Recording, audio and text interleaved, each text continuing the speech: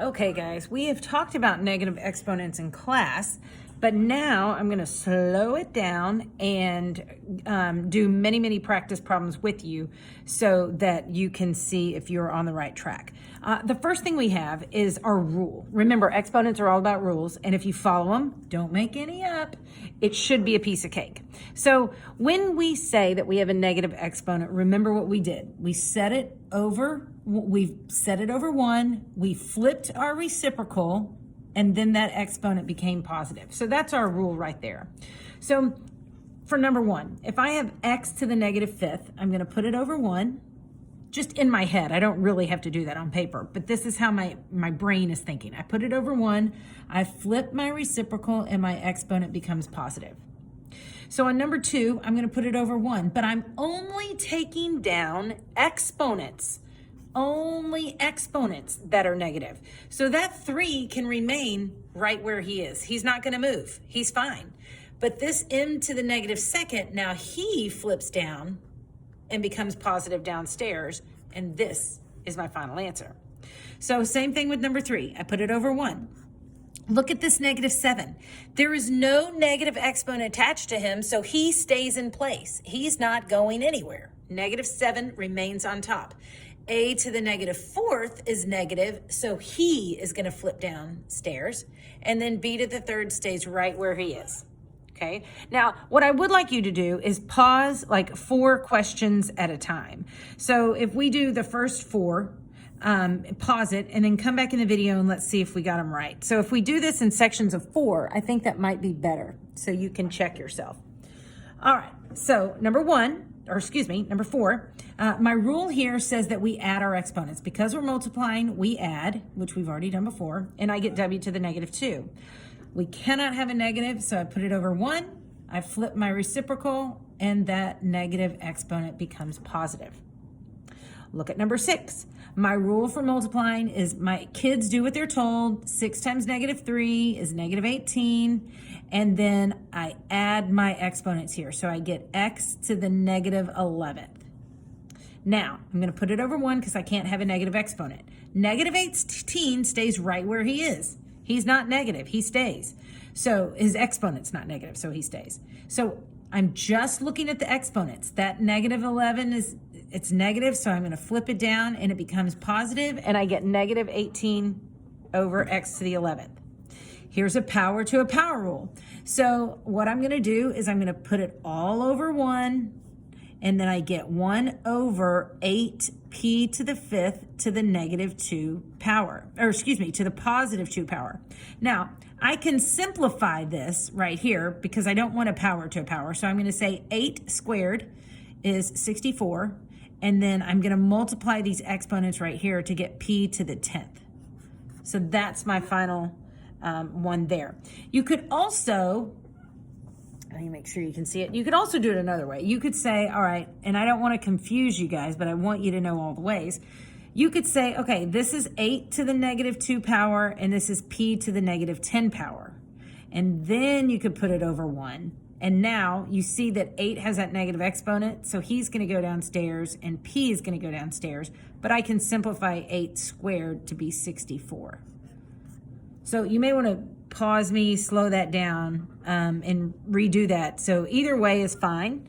You're going to get the right answer. So on number 10, I'm going to do it both ways here. So really what this says, it says 3 to the negative 4th, r to the negative 4th, and s to the positive 12.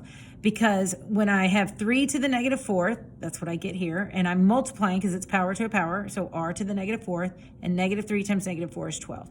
So I'm put it over 1, and here I'm going to bring 3 to the 4th down. Now, when I bring 3 to the 4th down, I can simplify that. So 3 to the 4th is 3 times 3 times 3 times 3, which is 81. So I'm really having 81.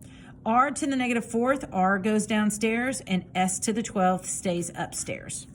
So that's what I get for number 10.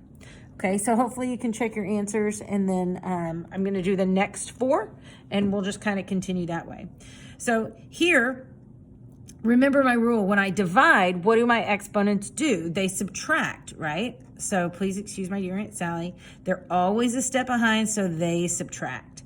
So I get h2 minus 5 is negative 3. Now, I can't have a negative exponent, so what do? I flip him over, and he becomes positive, right? You can also kind of look and see, if you were to expand this, you would have h times h over h times h times h times h times h, and these h's cancel out, and then you would see that you have 1 over h to the third. But remember, we talked about in class that if you had like h to the 100th power over h to the 250th power, you're not going to want to expand that. But here you can see, okay, I have more h's downstairs. How many more do I have? I have 3. Number 14. So 14 divided by 7 is 2. Remember, 2 is a rational number, so you keep it as 2 over 1. And 1 is just a placeholder in this point. You really don't need that. And then I get w to the 4 minus a negative 2. Remember, when you subtract these exponents and you have 4 minus a negative 2, what happens with these two negatives? It becomes positive.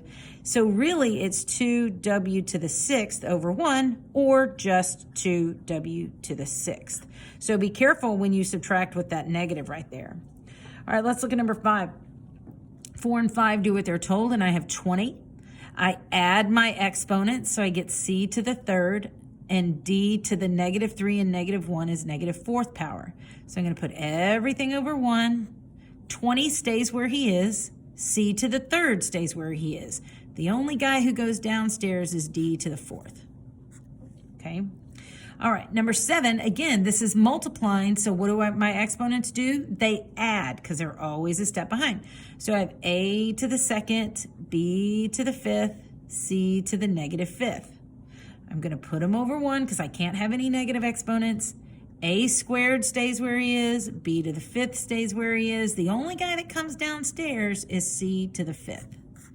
And that's my final answer.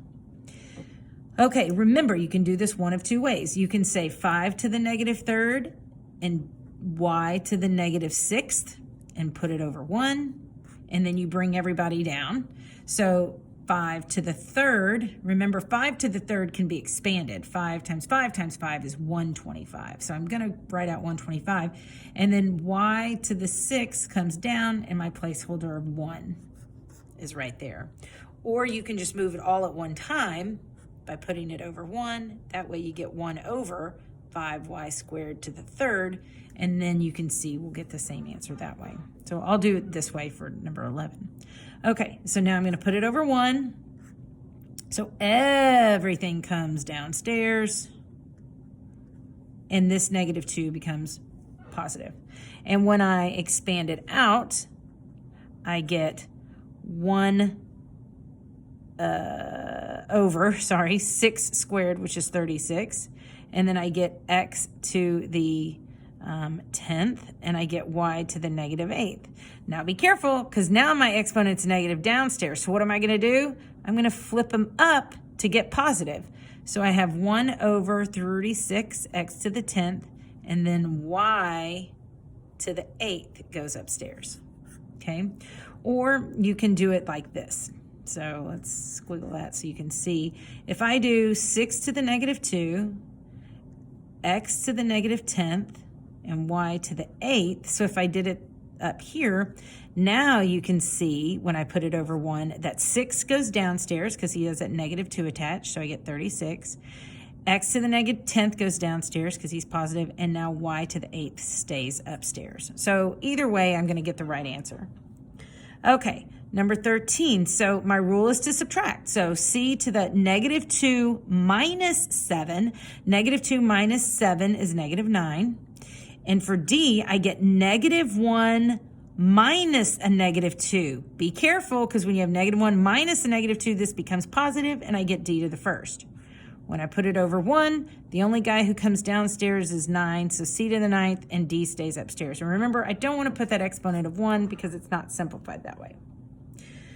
All right, so here we go. Negative 10 over 2 is a fraction. It's going to be a whole number. So negative 10 divided by 2 is negative 5. I'm not going to put that 1 there. It's understood. So I have 5.